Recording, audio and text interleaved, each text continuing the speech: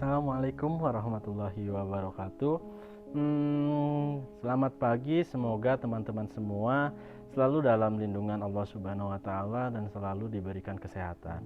Baik, pada hari ini kita akan mempelajari tentang asuhan keperawatan pada gangguan jiwa dengan kasus perilaku kekerasan. Hari ini kita belajar atau kita kuliah dengan topiknya adalah dengan mata kuliah keperawatan jiwa, di mana keperawatan jiwa ini yang sekarang kita lebih banyak akan membahas tentang konsep dari gangguan jiwanya ya.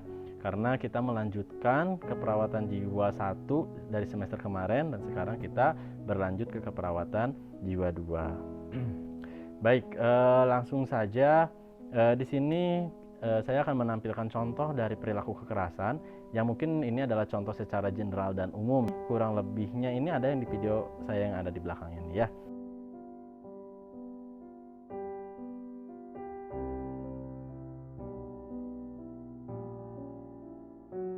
Oke, kita masuk pada slide yang pertama. Dari definisi dari perilaku kekerasan ini adalah merupakan respon terhadap stresor yang dihadapi oleh seseorang yang ditunjukkan dengan perilaku aktual melakukan kekerasan. Kekerasannya baik secara verbal maupun kekerasannya secara nonverbal yang niatnya ini untuk menyakiti dirinya sendiri atau bisa menyakiti orang lain ya. Nah, terus kemudian baik secara fisik maupun secara psikologi. Jadi, kurang lebih perilaku kekerasan ini tidak saja dilakukan dengan fisik terus ya, tetapi bisa juga dengan ucapan yang bisa menyakiti perasaan dari orang lain, itu sudah termasuk pada perilaku kekerasan ya. Nah, terus kemudian sering disebut juga sebagai gelisah dan amuk, di mana seseorang berespon pada suatu stresor. Jadi orang yang gangguan ini berbeda dengan orang yang mungkin kita orang yang normal ya. Kenapa berbeda? Karena tapi sama-sama marah kan, betul, sama-sama marah, tetapi perbedaannya adalah kalau orang yang dengan gangguan ini setiap kali ada stresor, orang tersebut akan dipicu dengan marahnya yang luar biasa. Tetapi apabila orang yang normal, ketika sesuatu menyakiti kita, kita mungkin akan berespon. Dengan berespon kita akan menanyakan pada diri kita sendiri, saya harus melakukan apa? Saya marah itu harus seperti apa marahnya? Gitu kan? Tidak semata-mata kan teman-teman ketika diejek langsung teman-teman memukul orang. Tidak kan? Nah, itu adalah prosesnya. Berbeda dengan orang yang gangguan. Kalau jangan gangguan, stresor apapun itu yang muncul pada dirinya sendiri, dia akan mengakibatkan marahnya yang luar biasa atau pada keadaan perilaku yang maladaptif ya.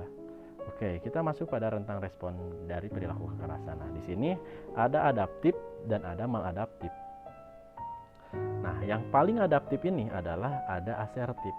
Di mana asertif ini adalah proses emosi yang mungkin paling adaptif, yang mana seseorang ini mengeluarkan emosinya ini sesuai dengan tempat dan kapan dia harus beremosi, baik itu sedih maupun marah. Jadi kapan sih harus kita marah dan kapan harus kita sedih, kapan kita harus tertawa.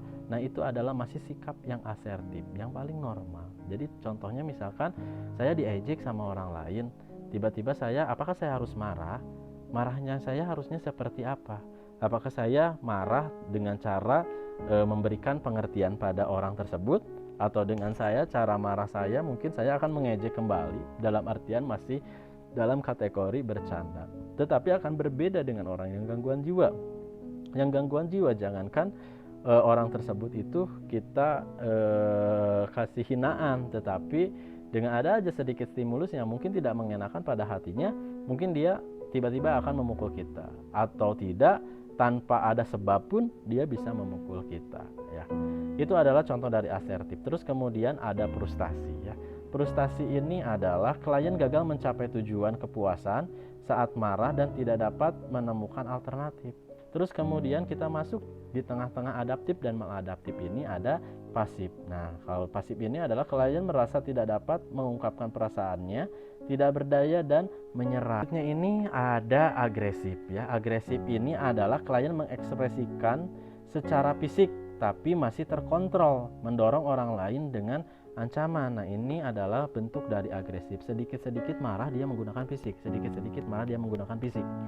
Nah, terus kemudian yang paling adaptif ini adalah masuk ke arah kekerasan, di mana perasaan marah dan bermusuhan yang kuat dan hilang kontrol disertai amuk merusak lingkungan. Jadi amuk yang ngamuknya itu luar biasa tanpa melihat siapapun yang ada di sekitar, tanpa melihat lingkungan di sekitar seperti apa, dia tidak bisa mengontrol kemarahannya. Ya, nah itu sudah masuk pada perilaku kekerasan.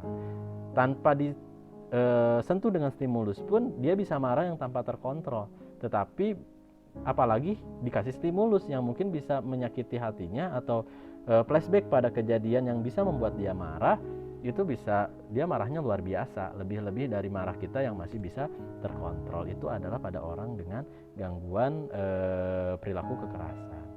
Oke, next slide selanjutnya ini adalah ada tabel perbandingan antara perilaku pasif, asertif, dan agresif. Nih, di sini kita bisa lihat dari topiknya saja dulu. Yang pertama ini ada isi kalimat. Kalau orang pasif, dia lebih arahnya ini ke arah isi kalimat itu pasti mikirnya negatif. Ya, kalau pasif itu pasti mikirnya negatif. Nah, tetapi kalau asertif ini mikirnya dari isi kalimat itu dia positif. Jadi orang yang pasif, asertif itu dia lebih santai gitu. Jadi ketika ada kata-kata yang terlontar, dia dipikir dulu, apakah kata-kata tersebut itu maksudnya ini apa gitu. Misalkan contohnya ada seseorang yang mungkin dengan nada bahasa yang tinggi, tetapi kalau kita masih asertif, kita masih berpikir, apakah cara dia berbicara itu dengan nada yang tinggi atau tidak dia berbicara seperti itu tuh karena dia marah.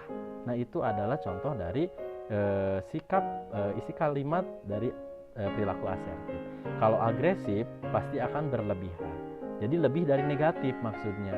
Jadi apa yang dia ucapkan itu tuh seolah-olah itu tuh lebih banget gitu, ya. Nah, ini biasanya terjadi pada orang yang mungkin kalau teman-teman sedang gangguan mood, maka isi kalimat saja mungkin itu akan mempengaruhi emosi kita. Meskipun kita artinya bercanda, tetapi kalau sekiranya kita sudah mempunyai sikap agresif itu, rasanya itu berlebihan. Kemudian dari isi pembicaraan, kalau pasif, ketika isi pembicaraan apapun itu dianggapnya menghina diri sendiri. Ya, jadi isi pembicaraannya pada orang yang pasif itu pasti selalu menyalahkan diri dia sendiri. Apakah saya bisa? Kamu bisa. Gitu. Jadi dia mau melakukan sesuatu, dia pasti berpikirnya seperti itu. Apakah saya bisa? Saya memang nggak akan bisa. Itu adalah pada pasif ya.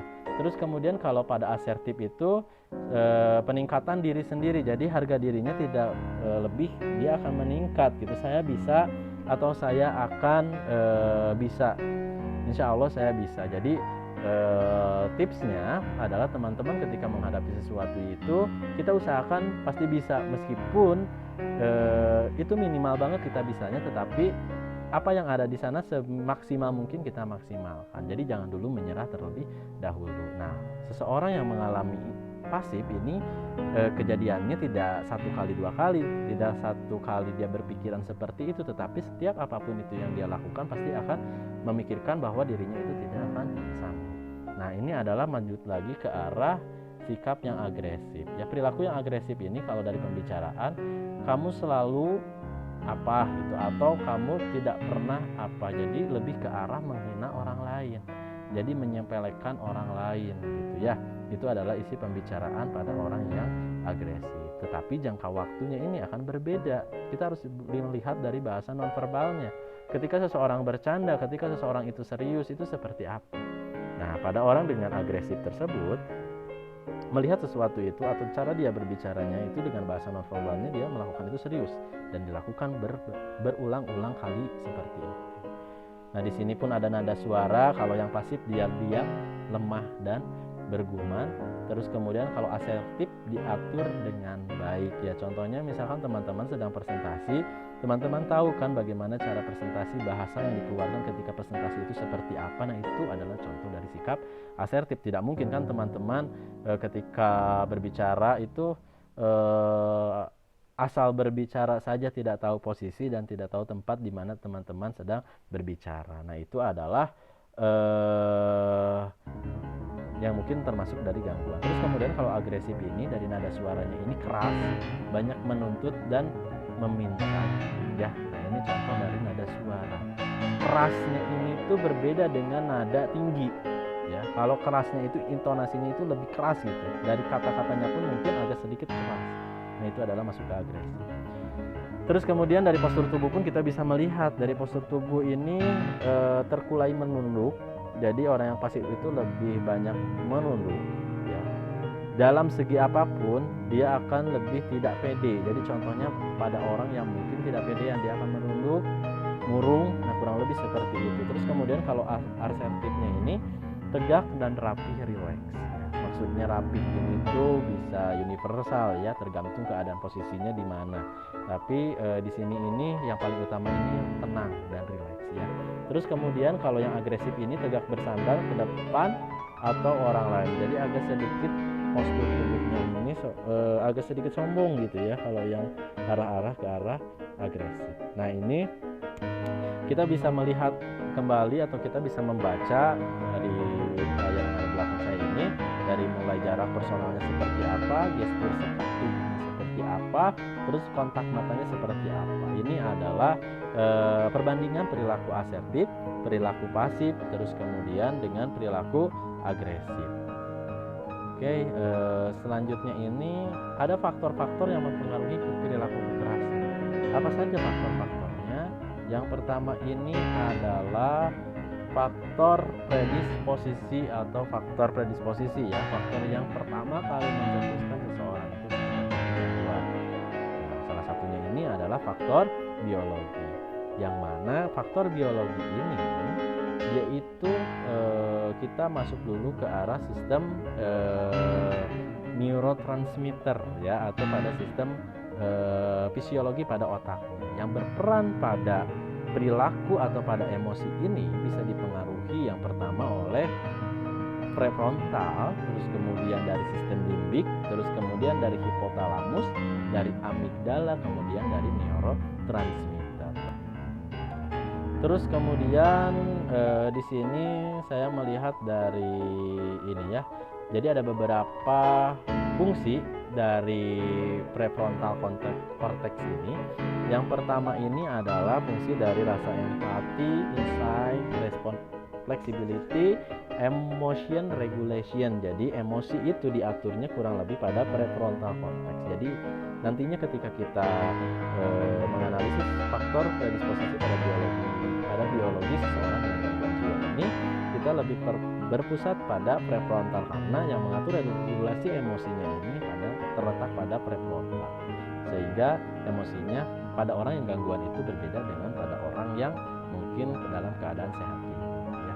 Nah, di sini pun teman-teman bisa membaca ada limbic brain ya, kurang lebih seperti ini. Terus kemudian kita masuk lagi ke faktor predisposisinya ya. Nah, di sini faktor predisposisinya kurang lebih ada teori psikoanalisa, teori sosial budaya, dan teori pembelajaran learning teori ya. Yang pertama ini predisposisi dari psikologis ini adalah teori psikoanalisa. Teori psikoanalisa itu mungkin teman-teman bisa cari teorinya Erkens Schiar, teorinya Sigmund Freud, teorinya Jung. Itu banyak teori-teori atau yang mengemukakan psikoanalisa di mana ada tahapan-tahapan perkembangan. Nah, secara tidak langsung, faktor yang bisa menyebabkan perilaku kekerasan atau pada gangguan jiwa ini ada faktor-faktor perkembangan yang mungkin tidak tercapai. Ya, dari mulai masa kecil sampai mulai ke arah dewasa. ya. Nah, di sana teman-teman silakan bisa dicari dan silakan teman-teman bisa dibaca, karena kalau sekiranya saya terangkan satu persatu di sini ini tidak akan mungkin mencukupi waktunya ya, karena satu teori saja itu lumayan cukup lama ya kita membahasnya. Terus kemudian dari teori sosial budaya pun bisa mempengaruhi pada faktor pada faktor gangguan jiwa ya, khususnya pada perilaku kekerasan. Karena kenapa? Karena kita berperilaku, kita mempunyai perilaku ya, kita berperilaku dengan nilai, dengan adat, dengan norma, itu adalah diatur dengan budaya. Jadi kita terlahir di budaya mana, maka kita setidaknya akan menganut pada budaya tersebut. Karena kenapa? Karena sudah terlahir dari sejak kita kecil dan sudah menjadi kebiasaan sejak kita kecil. Sehingga ketika kita tumbuh dewasa, maka itu akan mempengaruhi diri kita sendiri. Meskipun mungkin saya tinggal di mana, tetapi karena budaya saya budaya Sunda, itu tidak akan luput atau perilaku saya pasti akan ke arah budaya tersebut. Ya. Nah, itu pun sangat mempengaruhi budaya ya.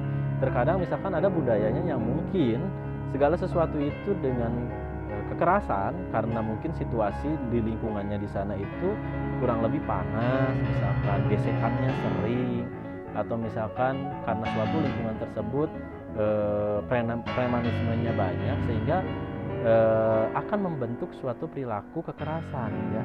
Nah, itu pun bisa dipengaruhi oleh budaya.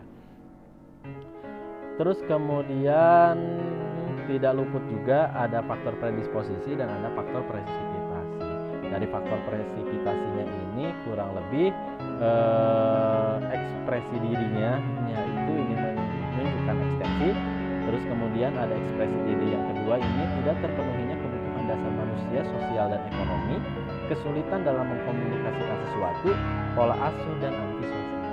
Jadi seseorang yang mengalami gangguan perilaku kekerasan ini, faktor presipitasinya kurang lebih seperti ini. Ya, jadi faktor presipitasinya ini adalah faktor pendukungnya. Ya, faktor pendukung kenapa dia bisa terjadi seperti itu ya. Contohnya misalkan ada seseorang keluarga yang mungkin dalam ekonominya ini mengalami kesulitan. Ketika kita mengalami kesulitan ekonomi, mungkin kita sulit juga memenuhi kebutuhan kita. Ketika terdapat kesulitan, maka tingkat stres, tekanan stresnya itu akan lebih tinggi. Sehingga ketika tekanan stresnya lebih tinggi, itu akan mempengaruhi mood, ya, akan mempengaruhi suasana hati, dan akhirnya emosi pun tidak akan stabil. Ya, contohnya seperti itu. Itu adalah faktor presipitasi yang akhirnya kita akan marah dan terus-menerus akan marah. Baik, yang selanjutnya ini adalah kesulitan dalam mengkomunikasikan sesuatu.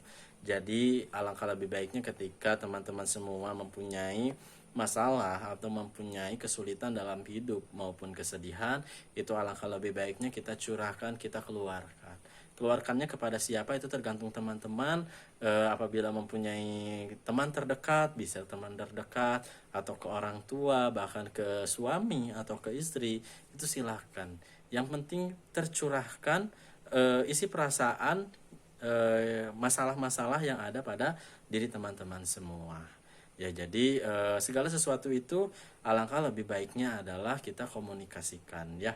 Karena ketika kita tidak bisa mengkomunikasikan segala sesuatu atau perasaan apapun yang datang ke kita, tekanan apapun yang datang ke kita terus kita pendam, maka jiwa kita pun akan lambat kelamaan kapasitasnya akan penuh.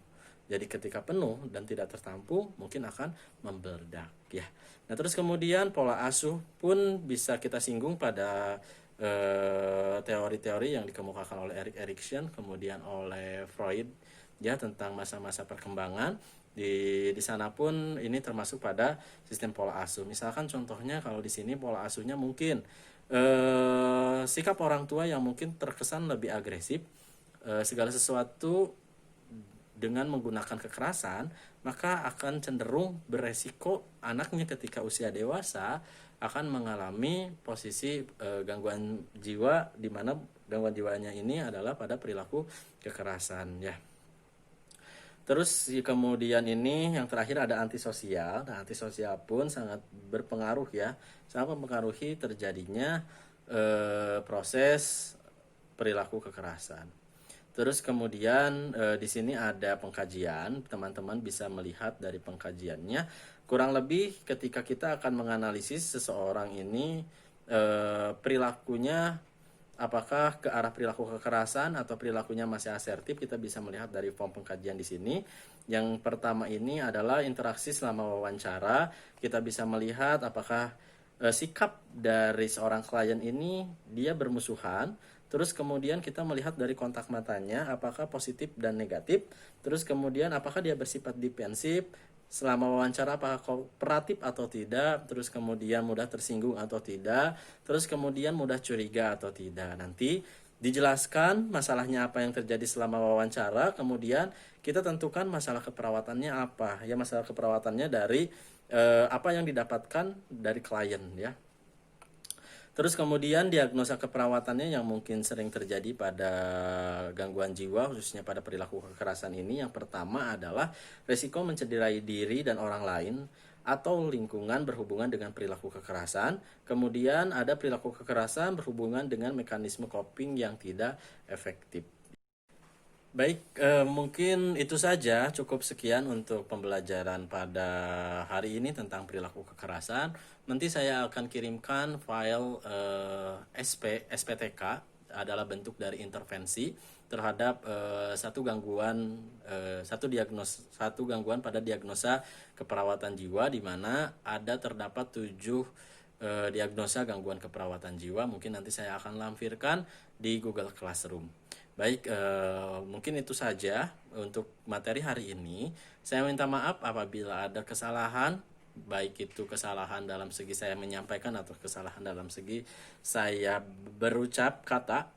Saya akhiri saja.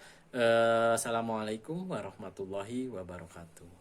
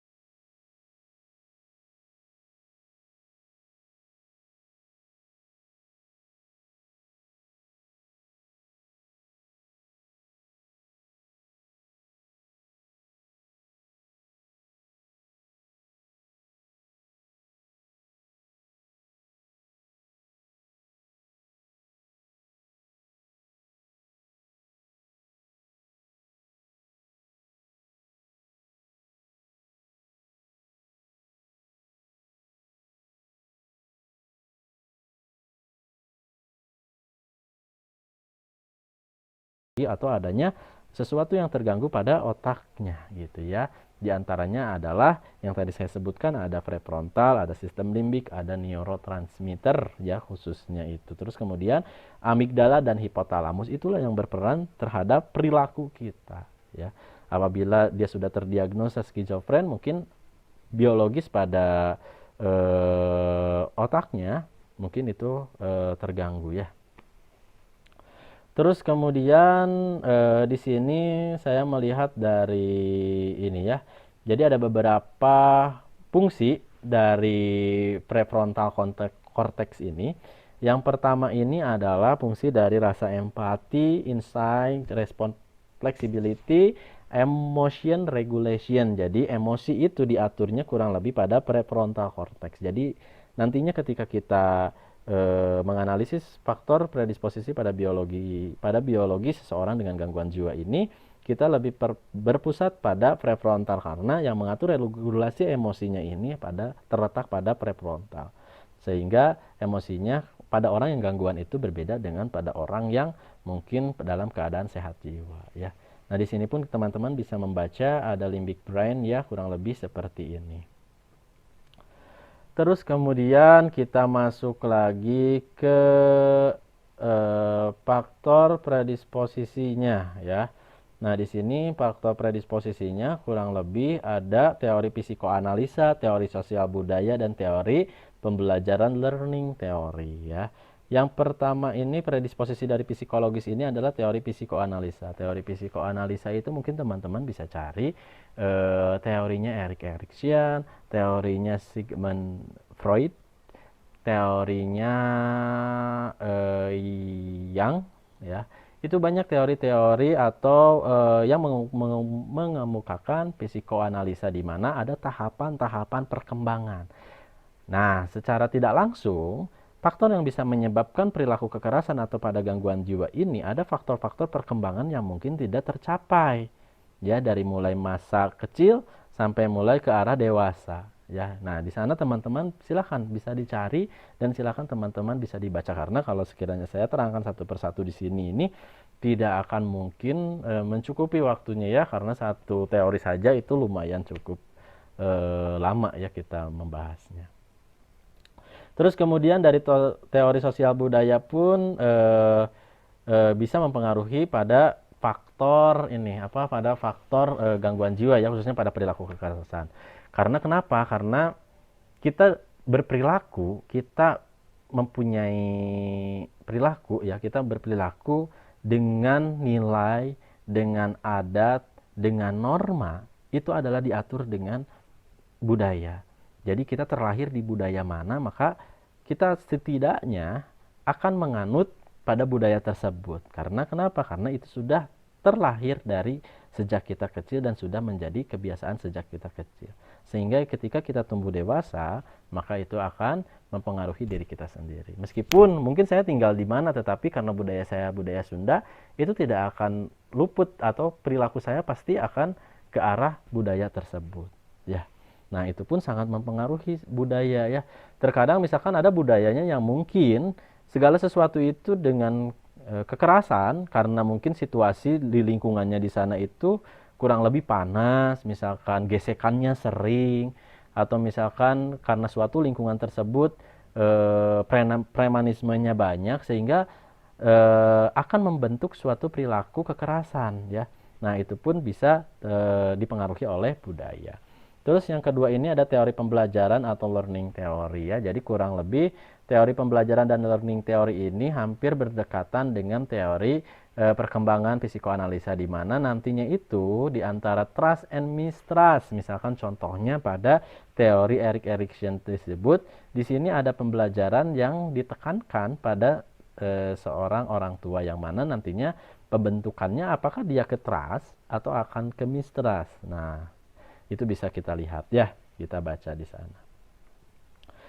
Terus kemudian tidak luput juga ada faktor predisposisi dan ada faktor presipitasi. Dari faktor presipitasinya ini kurang lebih ekspresi dirinya itu ingin menunjukkan ekstensi Terus kemudian ada ekspresi diri yang kedua ini tidak terpenuhinya kebutuhan dasar manusia, sosial dan ekonomi, kesulitan dalam mengkomunikasikan sesuatu, pola asuh dan antisosial. Jadi seseorang yang mengalami gangguan perilaku kekerasan ini, faktor presipitasinya kurang lebih seperti ini. Ya, jadi faktor presipitasinya ini adalah faktor pendukungnya. Ya, faktor pendukung kenapa dia bisa terjadi seperti itu ya. Contohnya misalkan ada seseorang keluarga yang mungkin dalam ekonominya ini mengalami kesulitan. Ketika kita mengalami kesulitan ekonomi, mungkin kita sulit juga memenuhi kebutuhan kita. Ketika terdapat kesulitan, maka tingkat stres, tekanan stresnya itu akan lebih tinggi. Sehingga ketika tekanan stresnya lebih tinggi, itu akan mempengaruhi mood, ya, akan mempengaruhi suasana hati, dan akhirnya emosi pun tidak akan stabil. Ya, contohnya seperti itu. Itu adalah faktor presipitasi yang akhirnya kita akan marah dan terus-menerus akan marah. Ditambah lagi apabila kita sudah mempunyai faktor biologis atau misalkan faktor predisposisi, itu akan menyebabkan gangguannya itu cepat untuk timbul. Ya, contohnya misalkan kita mempunyai genetik, jangankan kita, misalkan ada seseorang yang mempunyai genetiknya itu orang tuanya mempunyai riwayat skizofren, maka tidak secara langsung, secara faktor predisposisinya dia sudah beresiko, dan akhirnya dengan ekonomi yang rendah, tekanan stres yang besar, nah akhirnya bisalah terjadi suatu gangguannya itu dengan proses yang sangat cepat. Ya, jadi akan berbeda kita meninjau seseorang itu bisa mengalami gangguan itu dari beberapa faktor. Jadi tidak bisa saja kita mencetuskan nantinya itu dari satu faktor saja. Jadi harus beberapa faktor agar kita mengetahui kenapa seseorang itu bisa terjadi gangguan. Terus kemudian kesulitan dalam mengkomunikasikan sesuatu pun menjadi suatu faktor presipitasi. Kenapa? Karena ketika kita ingin mengungkapkan sesuatu itu, ketika kita mempunyai masalah, alangkah lebih baiknya kita diungkapkan emosinya. Diungkapkannya kepada siapa? Boleh kepada psikolog, boleh kepada teman terdekat, boleh kepada siapapun itu. Misalkan contoh